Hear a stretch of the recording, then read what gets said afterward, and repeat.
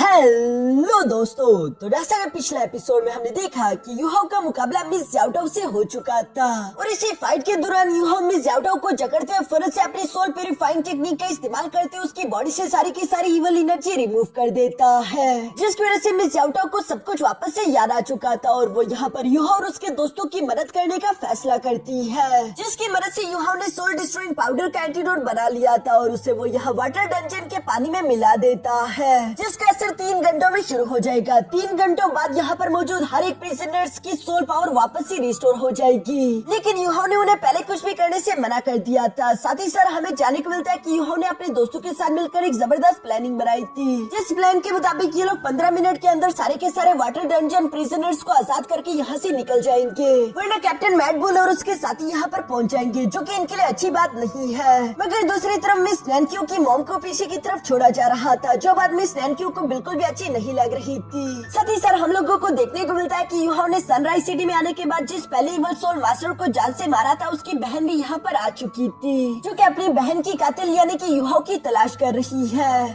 अब आगे तो नेक्स्ट एपिसोड की शुरुआत भी यहाँ इस रेस्क्यू मिशन की शुरुआत के साथ ही होती है, जहाँ पर हम देखते हैं कि सनराइज सिटी पर बहुत ही भारी तादाद के साथ सोल गाइडेंस टूल्स का इस्तेमाल करते हुए हमला कर दिया गया था और चारों तरफ तबाही ही तबाही मच चुकी थी। हमें जानने को मिलता है कि ये तबाही किसी और ने नहीं बल्कि केटाओ ने की है, क्योंकि यूहाओ ने जाने से पहले केटाओ को वो कैट वाला स्टोरेज सोल गाइडेंस टूल दे दिया था। इस स्टोरेज टूल के अंदर टोटल 550 से भी ज्यादा लेवल 4 के सोल गाइडेंस अल्ट्रा शेल्स मौजूद थे और सिर्फ यही नहीं बल्कि इसके अंदर 61 हाई ग्रेड के सोल गाइडेंस स्कैनर और कई सारे हाई एक्सप्लोसिव स्पिरिट मिसाइल्स भी थे, जिन्हें मास्टर जुआन ने खुद बनाया था और यूहाओ ने केटाओ को ऑर्डर दिया था कि तुम ये सारे के सारे वेपन्स इस्तेमाल कर दो, बस तबाही में कमी नहीं होनी चाहिए। और केटाओ ने भी यूहाओ के ऑर्डर के मुताबिक वो सारे के सारे वेपन्स एक साथ ही चलाना शुरू कर दिए थे। इस तबाही की वजह से तो सन मून एम्पायर के सोल्जर्स को कुछ भी समझ नहीं आ रहा था कि आखिर वो करे तो करे क्या, जबकि साथ ही साथ यूहाओ ने अपने दोस्तों को ऑर्डर दिया था कि तुम सब लोगों को प्लान के मुताबिक चलना है और जैसे जैसे तुम लोगों का काम पूरा होते रहे फौरन यहाँ से भागने के लिए एक्सिट तक पहुँच जाना।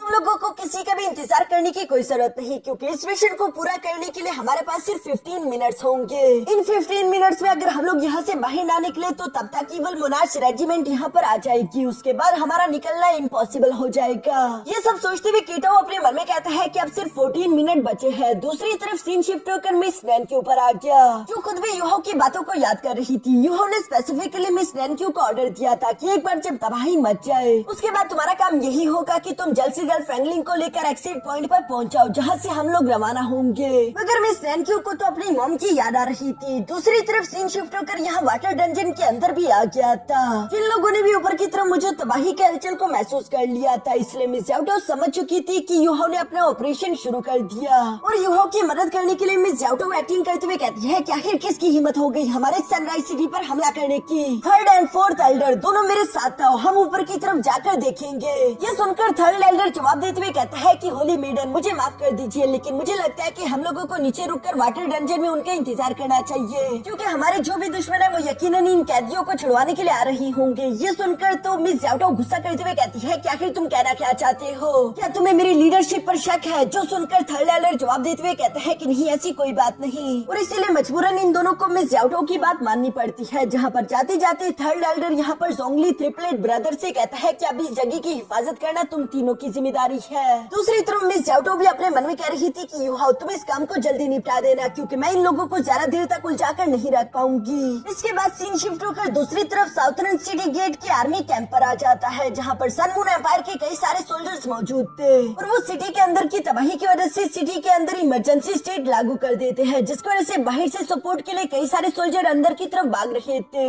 लेकिन यूहाओ ने इस बारे में भी प्लान करके रखा हुआ था। उसने यहाँ पर ब्रदर जू सेंशी से कहा था कि यीगुई और ब्रदर फेंग जुई चैन को अपने साथ लेकर जाओ। तुम तीनों का काम होगा कि आर्मी कैंप से अंदर की तरफ सपोर्ट को ज्यादा से ज्यादा देर तक डिले करो, ताकि हॉस्टेजेस को बचाया जा सके। ये बातें याद करती हम देखते हैं कि जू सेंशी फौरन से अपनी टेलीपोर्टेशन टेक्निक का इस्तेमाल करते हुए मिस यीगुई और फेंग जुई चैन के साथ टेलीपोर्ट होते हुए फौरन से उन सोल्जर्स के रास्ते में आ गया, जहाँ पर आते इन लोगों ने सन मून एम्पायर के सोल्जर्स पर हमला करते हुए उन्हें मारना शुरू कर दिया। यहाँ पर हम देखते हैं कि फेंग जुई चैन तो डुअल स्पिरिट सोर्ड का इस्तेमाल कर रहा था, जो कि काफी ज्यादा खतरनाक है। साथ ही साथ ये डुअल स्पिरिट सोर्ड 3 अलग अलग तलवारों में भी बढ़ सकती थी, जिनको फेंग जुई चैन जोरो की तरह मुंह और हाथों में पकड़कर सिर्फ एक ही अटैक में वहाँ पर मौजूद कई सारे सोल्जर्स को काट डालता है।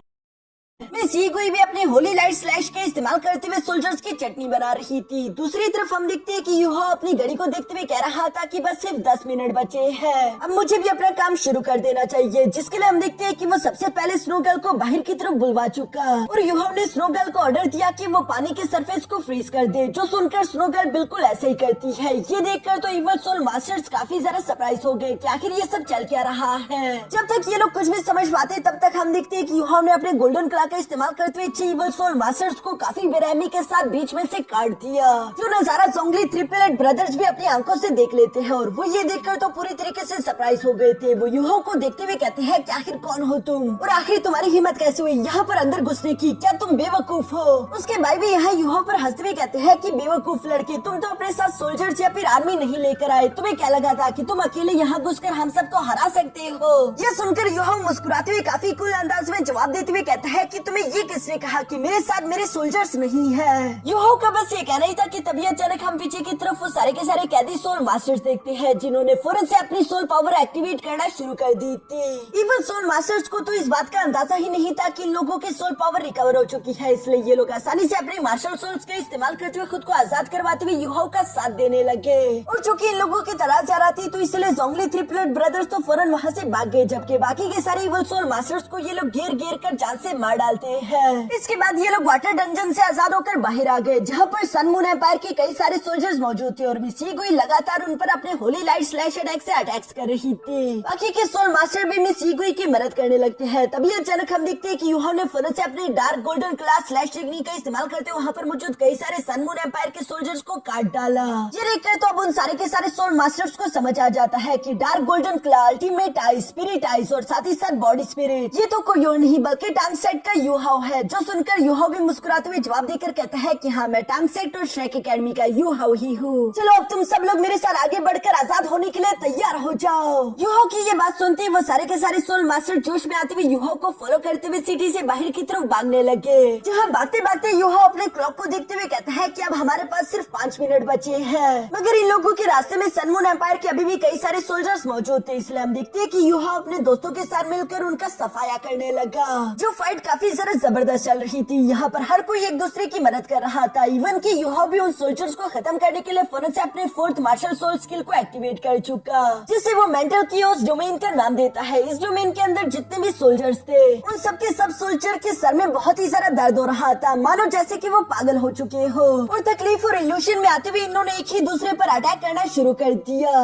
जबकि बाकी के सोल मास्टर्स भी काफी कूल अटैक चलते हुए सन मून एम्पायर के सोल्जर्स का मुकाबला कर रहे थे। तभी अचानक हम देखते हैं कि वहाँ ऊपर से एयरशिप्स आना शुरू हो गई, जिनका मुकाबला नीचे से करना थोड़ा डिफिकल्ट था। तभी अचानक हम देखते हैं कि पीछे से किसी ने फायर अटैक चलते हुए उन एयरशिप्स को फौरन से ब्लास्ट करके नीचे की तरफ गिरा दिया। साथ ही साथ यूहो और उसके दोस्तों के सामने का सिटी गेट भी ओपन हो जाता है। जब वो लोग पीछे की तरफ पलट कर देखते हैं तो वो अटैक किसी और ने नहीं बल्कि केटाओ ने किया था, जिसे देखकर यूहो से शाबाशी देता है। दूसरी तरफ केटाओ भी समझ गया था कि मिशन कंप्लीट हो गया, इसलिए वो उतरते हुए एक्सिट पॉइंट की तरफ रवाना होने लगा। दूसरी तरफ सीन शिफ्ट होकर यहाँ जू सेंशी, फेंगशुई चैन और मिस यीगुई पर आ जाता है, जो तीनों मिलकर अभी भी यहाँ पर मौजूद सोल्जर्स का मुकाबला कर रहे थे, ताकि ये सोल्जर सिटी के अंदर जाकर अपने बाकी के साथियों की मदद ना कर सके। तभी अचानक मिस यीगुई ने टाइम देखा और चूंकि टाइम कंप्लीट हो चुका था, इसलिए वो अपने दोस्तों से कहती है कि चलने का समय आ गया। जो सुनकर जू सेंशी फौरन से अपने जुआनवो रिप्लेसमेंट टेलीपोर्टेशन टेक्निक को एक्टिवेट करके खुद को और अपने दोस्तों को टेलीपोर्ट करके यहाँ से निकल चुका। ये रेस्क्यू मिशन अब तक कामयाबी से बढ़ता जा रहा था। दूसरी तरफ हम देखते हैं कि मा ज़्याओटो वापस से उसी वाटर डंजन में आ जाती है, जहाँ वो उन जोंगली ट्रिपलेट ब्रदर्स पर गुस्सा करते हुए कहती है कि कमीनो, आखिर ये तुम लोग किस तरह का पैरा दे रहे थे? तुम लोगों के हाथों से वो सारे के सारे कैदी कैसे छूट गए और तुम लोगों ने उन्हें जाने कैसे दिया? इस पर जोंगली ट्रिपलेट ब्रदर्स जवाब देते हुए कहते हैं कि होली मेडन, हमें माफ कर दीजिए। ऐसा नहीं है कि हम उन्हें रोकना नहीं चाहते थे या फिर उन्हें फॉलो नहीं करना चाहते थे, मगर उन हॉस्टेजेस की तादाद काफी ज्यादा थी। वो तादाद में 500 थे, जिनमें से हर एक सोल मास्टर के पास 4 से ज्यादा सोल रिंग्स थी। कई सारे तो सोल एम्परर, सोल सेज और कई सारे तो स्पिरिट डोलो लेवल के भी थे, इसलिए हम उन्हें रोक नहीं पाए। और अगर हमने उन्हें फॉलो करने की गलती की होती तो वो हमें जान से मार डालते। ये सुनकर मिस ज़्याओटो गुस्सा होते हुए कहती है कि आखिर उन लोगों की सोल पावर रिस्टोर कैसे हो गई, क्योंकि मुझे अच्छे से याद है कि तुम तीनों ने कहा था कि तुम लोगों ने सोल रिस्टोरिंग पाउडर पानी में मिलाया है। कहीं ऐसा तो नहीं कि तुम लोगों ने मुझे धोखा दिया? जो सुनकर तो जोंगली ट्रिपलेट ब्रदर्स घबराते हुए कहते हैं कि होली मेडन, प्लीज इस तरह की बातें ना करे। आप हम पर इस तरह से गद्दारी का इल्जाम नहीं लगा सकती। अगर आप चाहे तो आप इन बाकी के लोगों से पूछ सकती है। हम लोगों ने काफी बड़ी तादाद में सोल डिस्ट्रॉइंग पाउडर पानी में मिलाया था।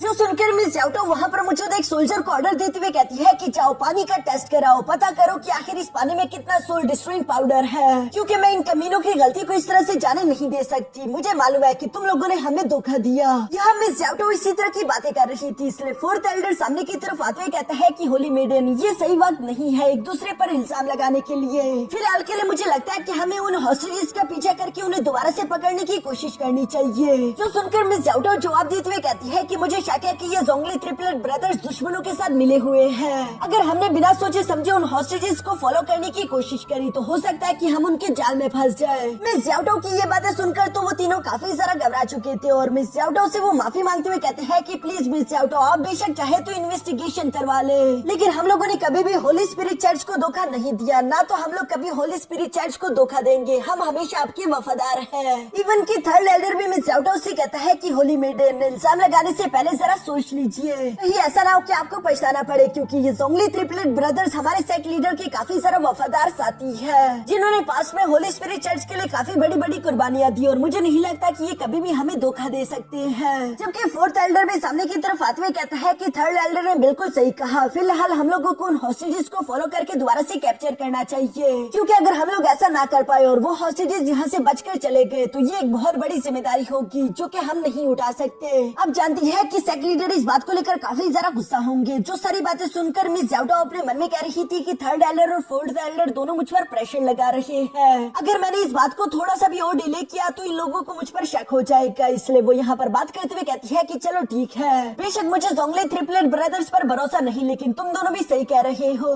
इन तीनों की इन्वेस्टिगेशन तो मैं बाद में करूंगी, फिलहाल के लिए थर्ड एल्डर और फोर्थ एल्डर तुम दोनों मेरे साथ आओ। ये कहती मिस याओटो उन दोनों को लेकर फौरन यहाँ से बाहर की तरफ रवाना हो गई। इनको इनके कुछ और इवल सोल मास्टर सोल्जर्स भी फॉलो कर रहे थे। इसके बाद सीन शिफ्ट होकर सनराइज सिटी के बाहर आ गया था, जहाँ पर हम देखते हैं कि यह सारे के सारे हॉस्टेजेस को आजाद कराकर सिटी गेट के बाहर ले आता है, जहाँ बाहर की तरफ पहले से उसके 4 दोस्त उसका इंतजार कर रहे थे, जिन्हें देखकर ये लोग काफी ज्यादा खुश हो गए। साथ ही साथ हमें देखने को मिलता है कि केटो ने वहाँ पर पहले से कई सारे फ्लाइंग सोल गाइडेंस विंग्स छुपा कर रखे हुए थे, जिनके बारे में युहा अपने दोस्तों से कहता है कि यहाँ पर total 800 flying soul guidance wings है, जो कि तुम सब लोगों के लिए काफी होंगे। ये सुनकर तो वो सारे के सारे हॉस्टेजेस काफी ज्यादा खुश हो गए, क्योंकि इन विंग्स के इस्तेमाल करते हुए ये लोग इस जगह को छोड़कर जा सकते थे। खुशी में आते हुए हम देखते हैं कि कई सारे लोगों ने तो युहा को रिस्पेक्ट पेश करना शुरू कर दिया था और कई सारे लोग तो युहा को प्यार से गले लगा रहे थे। इसके बाद बारी बारी करके उन सब लोगों ने अपने अपने लिए सोल गाइडेंस विंग्स ले लिए। जो सब तो चल ही रहा था, तभी अचानक युहा को याद आया कि मिस नैनक्यू अभी तक यहाँ पर नहीं पहुँची, आखिर वो कहाँ पर रह चुकी होगी, क्योंकि टाइम तो पूरा हो गया। तभी अचानक हम देखते हैं कि युहा ने जो नॉर्थर्न सिटी गेट पर एक बॉम्ब लगाया हुआ था वो भी फौरन से फटकर ब्लास्ट कर गया।